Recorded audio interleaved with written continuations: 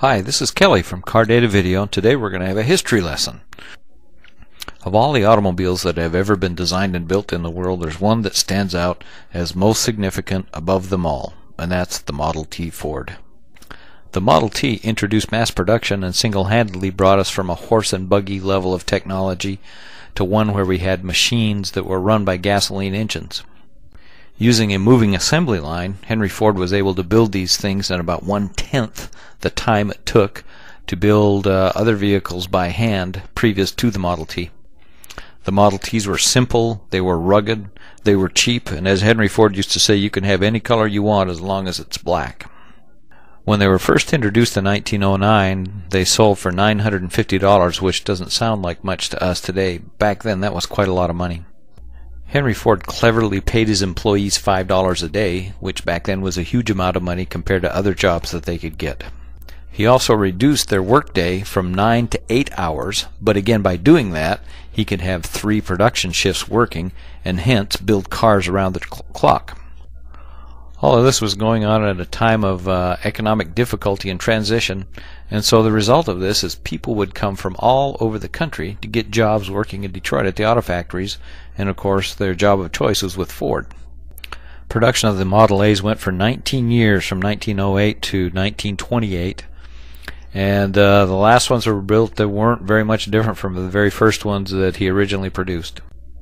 They had wooden spoked wheels with metal rims pressed on them. You can see here what they're doing is hand filing the spokes to make them smooth so they can be painted. The engine was a ridiculously simple, by today's standard and light, 177 cubic inch, which is 2.9 liter, 4-cylinder engine, which produced 20 horsepower. The vehicle weighed about 1,200 pounds, depending on which body style you got, and would be good for about 40 to 45 mile an hour top speed, and it had 2 forward gears.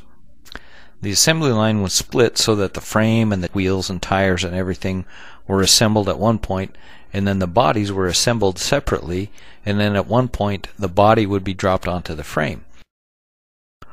Over the years, an enormous number of body styles were created. You had a touring car, a roadster pickup, a ton truck, a closed cab ton truck, a coupe, a 2-door, a 4-door, a center door, a station wagon, and a convertible.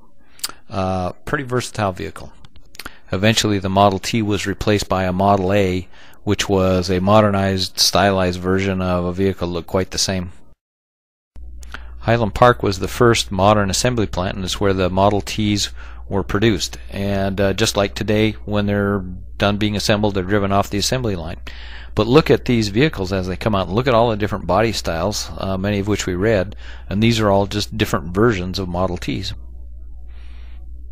Finally, after 19 years of production, Henry Ford had actually built almost 15.5 million Model Ts, and they were by far the most popular and most plentiful vehicle on the road.